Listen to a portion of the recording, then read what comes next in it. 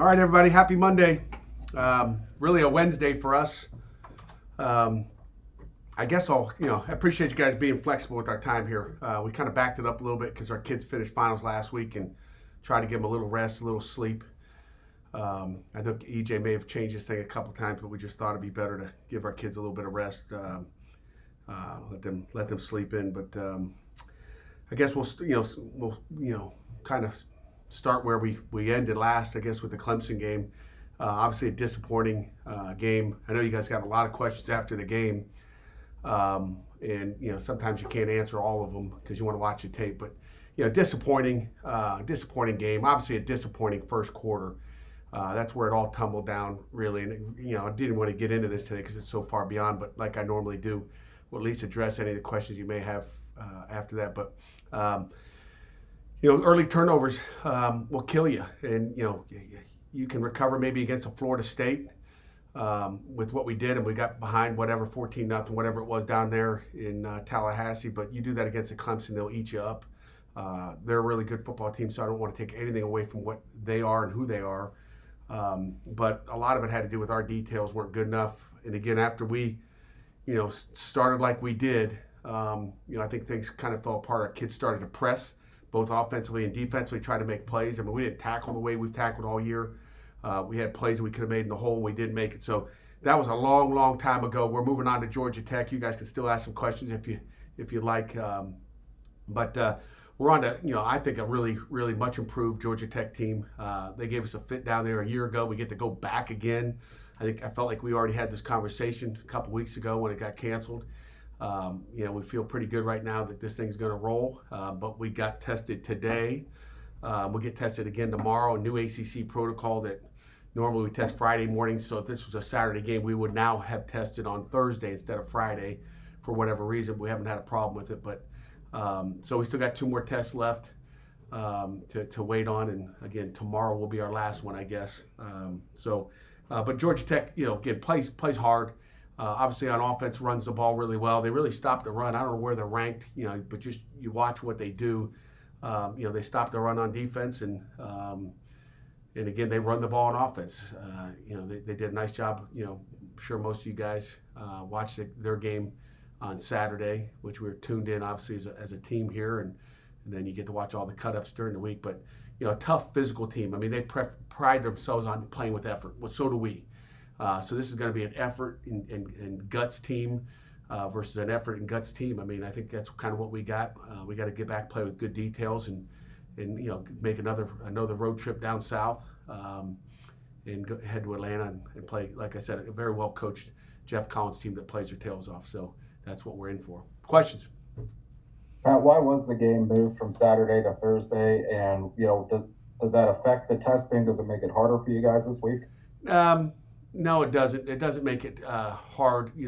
I'm not sure I can give you the reasons why, but I'll just tell you what I heard. It was originally scheduled for a Saturday. From what I gathered, it was because they have a commencement in the stadium, which I don't know how you have a commencement, outdoors, I guess. But they had a commencement on Saturday. They didn't want to move that, so they had some type of graduation ceremony going on, and it'd be hard to have graduation. Although you could, socially distance and do the same thing in between each session, name a couple guys and go. But that was the major reason that I've been told. Now, is that the ultimate reason? I have no idea, but that's what I was told. Pat, you said that you think this thing's going to go. Did the testing go well last week for you guys? I don't really talk about testing, but we're as good as we've been. Put it that way. We're as good as we've been. Now, again, that's got to stay that way. I can't tell you, what happens between, when we get off this Zoom. Right now, we're pretty good.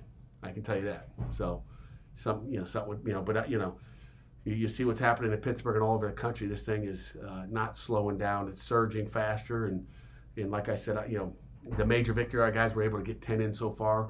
But we're going to need help from Georgia Tech to get this thing in. We're going to need help from our football team and our players and their kids, and now they have no finals, so I'm hoping they're behaving in the evening. But our kids have sacrificed all year. Again, I'll say it again. I don't think people realize what our kids have done all year long to make these games happen, and for us to all enjoy it, for us to coach, they've really put their heart into it. And My hat goes off to our football team and players across the country for doing what they do.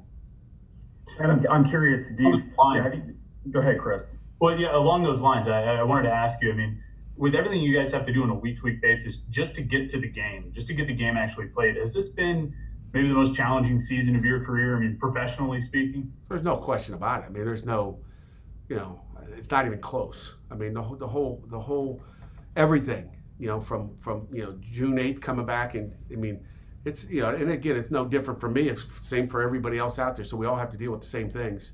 Everybody's got different problems, but like I said, our kids have done a good job. I'm proud of the way they've handled themselves off the field and in this building when they're here with us, and that's all we can do. It's one day at a time. I mean, it's literally one day at a time. I mean, if you go through a good day, you're like, man, I got through a good day. Tomorrow's not going to be so. There's going to be something to hit you, square in the mouth. So just stuff it's been that type of year for sure. 2020. How many more days left in this year? Not many. Yeah, I think it's about 24, Pat. How confident are you that your team has earned a 12th opportunity? And, from a testing standpoint, I mean, do you have to sort of just stay in this bubble until you know for sure whether there's going to be a 12th opportunity or not? Then what happens after that? Is it just sort of like the kids kind of do what they want, and then when you regroup in the spring, you go back into testing? I don't even know if they've even gotten that far. I'll tell you next week. We're one day at a time. I'm just trying to get through today's test, tomorrow's test, but we really haven't thought much ahead because we're focused on number 11 and trying to earn number 11, and then after number 11, you ask do we earn a 12th? We'll find out Saturday if our guys come out and do what they need to do, and we're able to come out on top. Then you earn number 12, and then we have to okay, now where are we? What do we got to do now? How many more tests we got? When's the game going to be played? And again, we'll have to figure out. I mean, I know our kids and kids across the country are itching to have a little family time. I know that, especially around the holidays. Bowl season is never easy on our kids ever, and it will be even harder when you say you can't go home for Thanksgiving, you can't go see your parents. They can't. What are you doing? Stop that. And it's not an easy time for anybody. Will your team definitely play in a bowl game if you get invited? I assume so. Yeah, that's my intentions. Pat, it's not often that you have an off week the week before the last game of the regular season. How has it been trying to keep the kids focused on this last game? Yeah, Jerry, they've been really good. We practiced once last week. We had meetings and lifts, and we kept them focused. We didn't go out there and grind it out on the field, but we had one really, really good day. So we really had 3 days off as far as practicing. Practice on Wednesday, and then Thursday, Friday, Saturday off, and then a practice on Sunday. Had a really good one yesterday, energetic. Had another one today that we just finished up a little bit ago, and tomorrow will be our Thursday practice. And they've been great. I mean, with meetings and lifting and just trying to get their bodies as healthy and fresh as we can for this last one. Coach, this is the last ACC game, at least, with this group of seniors. Have you had time to reflect on that? Not really. I'm just worried about the next one. Every game, could be their last. I mean, it's amazing. You kind of cherish each one of those. And we tell our guys, you got to play like it is your last. You never know. We hope it's not the last one. We're always playing for another one. And, after the game in the locker room, there'll be more hugs. That's when but our guys aren't thinking about that. Senior day, they think about the last one in Hines, I think, but nobody thinks about it's going to ever be your last one. So after the game on Saturday, we'll have a good time in the locker room, and there'll be some more hugs there, knowing it's last regular season game, and move on to the next one. Pat, you started preparing for Georgia Tech, and then obviously it got postponed. Did much change in what you thought about this team from back then to what you saw Saturday? Not really. I mean, they do some different things, but you got to be careful. They did a lot of unbalanced stuff last week against North Carolina, but they had done the same stuff. So they are who they are. We're going to have to find out, hey, what do they want to do against us this year compared to what they did against us last year? We have a one-game, scouting report on them versus Pitt, and what they like to do against Pitt's going to be different against what they do against North Carolina State. So, it's really, unknown. But they'll have their little tweaks in. They're going to throw some deep shots. Jeff Sims is an outstanding quarterback for a freshman. I'm really impressed with him, and then the run game helps them, and then his ability to scramble, make plays, people miss, and make plays with his feet are what stand out to me about Jeff and that offense. Pat, you talked a lot about how late last year you saw the growth of players like Vincent Davis, become more complete and mature. Who are some of the young guys that you've seen, like, now that you guys are coming up in your last, scheduled regular season game, who's some of those young guys that you've seen kind of make that progression over the past few weeks and then leading up to this game? Yeah, great question, Chris. I mean, there's a lot of guys, and I wish I had a list in front of me of guys, and I'm going to miss somebody and feel bad. But, I'll start, after that BC game, seemed like forever, a lot of COVID tests ago, that, we played two corners in that game and wore them both out. And when you look at the progress that, really, I mean, you can talk, Marquez Williams is young, but, A.J. Woods was the guy that came in after that game and said, we're going to have to start playing. And AJ's really played pretty darn good. I cannot tell you I'm disappointed in him at all. I'm really happy with him. Rashad Battle's come in and made some plays there as well. Eric Howard, again, another young guy that's getting his feet wet. Last week, at safety, starting against Florida State at corner. So in the back end, those guys at the linebacker spot were really old, but Savasier continues to impress. But, one of the young guys that's gotten in a little bit is Kambari. Bengali's done an outstanding job for us, and he just continues to make plays on special teams with Rashad Battle. And then offensively, young guys, I mean, about Jordan, and I think Jalen Barton continues to progress there. I mean, those are some of the guys, the young guys. And then, of course, we started that Clemson game, like we did the week before without three starting offensive linemen, which didn't help Kenny at all against a different group than Virginia Tech was on the road, which makes it even harder with the noise. And but really, when you look at what Carson Van Lin's done, Blake Zabovic, those guys have penciled themselves in for guys that are going to continue to get better. I mean, to get the quality reps that they've got, as well as my left tackle Matt Gonsalves. I mean, the reps they've got up front. I mean, you got to say, hey, there's been some development there as far as whether you win or lose. Those guys have gotten reps. So, good question, Chris. There's probably more of those guys out there that I missed, but those are ones that stand out to me right now that have gotten significant reps the last couple of weeks. And do you plan on mixing some of those young offensive linemen into the mix Thursday night? Well, I hope not. I hope we got some different guys in there, but they've earned the right. I mean, Matt Gonsalves has earned the right to get some reps. So yes, he will. Matt has really been solid at the left tackle, and we're going to play our best five and then rotate guys in and keep them fresh for sure.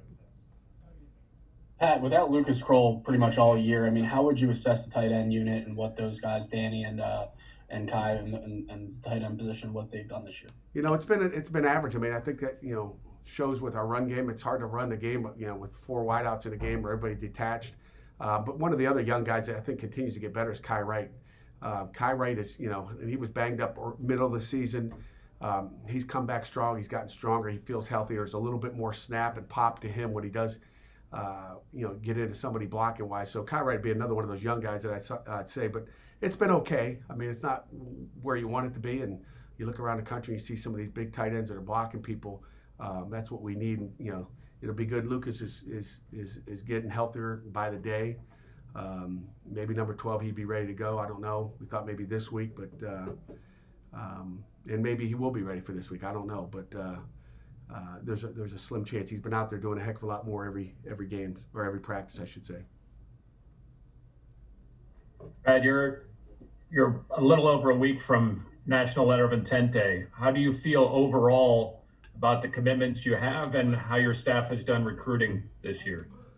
Yeah, Jeff, our guys have done a great job. It's been a different year. I mean, just we've talked 2020 for our football team and for all these poor kids out there. This 2020 class, or recruiting class, has been tough for them recruiting wise. Not visiting any campuses, having a relationship like we're having right now. I miss you guys. I miss seeing you guys wandering the indoor after practice and before practice. It's just a different feel, just like it is for you guys. It's a little different sitting on a Zoom call as opposed to face-to-face. But I feel good with where we are. And again, that's like saying you feel good going, we had good practices. The sign date's coming up on the 16th, and we'll find out where we are on that day and then reevaluate and go. But I think our kids have been pretty solid and sound and very loyal to us. And we continue to, kind of work and look at our needs and try to assess those needs. Hey, you mentioned Lucas Kroll. He's one of the seniors you still expect to come back in 2021? Yes, sir, for sure. I would say you can probably put his name in ink. He's certainly come back. Great kid, and if we can get another couple games out of him this year, that'd be great. If not, we've got him back for another year. What about Thursday night? Do you have any? Are there any players who might not be playing, not due to like COVID reasons or anything, but maybe seniors who made, I don't know, training plans, and then this game gets scheduled, changed, and then they're not playing on Thursday night? You know, we'll find out Thursday night. Right now, I don't. You know, we'll find out who's on the field Thursday night. Period. And you know, whether it's COVID related, banged up. I mean, you know, every day it's a new day. Pat, do you fear about did you worry about the emotional toll that just this last, what's it been, since these kids have been in school since June, I guess, getting back into it? I mean, just sort of, and now there is a light at the end of the tunnel, whether it's Saturday or whether it's a month from now after the bowl game. Do you worry about the collective emotional weight of this just sort of affecting their readiness? The readiness to play, you know, to be up and to be ready to play with the energy that they're going to need to be successful down there. For Thursday night, you're talking. I mean, you went a month ahead. I thought you were worried about something that happens in a month. You know, our guys are locked in right now. I'm not worried about that at all. You know, again, we've had 2 energetic practices. There's been details out there. Our kids look ready to roll, and that's all I can base it on. Our coaches are ready to go. We're ready to coach. They're ready to play. Well, I'm not really worried about anything else but that. Now I'm worried about what we do afterwards. That's why I thought you know, where are we after that? Then I worry about where we go there. But we'll worry about today. One more question for this session before we conclude. Anyone? With signing day next week and there's a game, I mean, it's you've never pushed it that close. I mean, how do you kind of juggle the time? You know, we'll find it a way. Luckily, we had, you know, an open weekend last week, and you're getting on, you know, a little bit more Zoom calls, but you just find a way to get it done. You know, we did it a couple years ago when we played an extra game. We played 12 plus an ACC championship game in 2018. I think that the ACC championship game was on the 16th or the 7th, excuse me. We lost a week in recruiting, and I don't remember when the signing day was there, but we lost a week. We were supposed to go on the road for 2 weeks, and we had 1 week on the road. So we're used to juggling it, especially in a COVID year. We'll find a way. Big thing is we're not on the road recruiting, so it's not like I missed a flight or I couldn't go fly here or there. You know, your phones work all night. They never shut them off. All right. As always, we thank you for your time. Thank you to everyone else for your time today. Thanks, guys.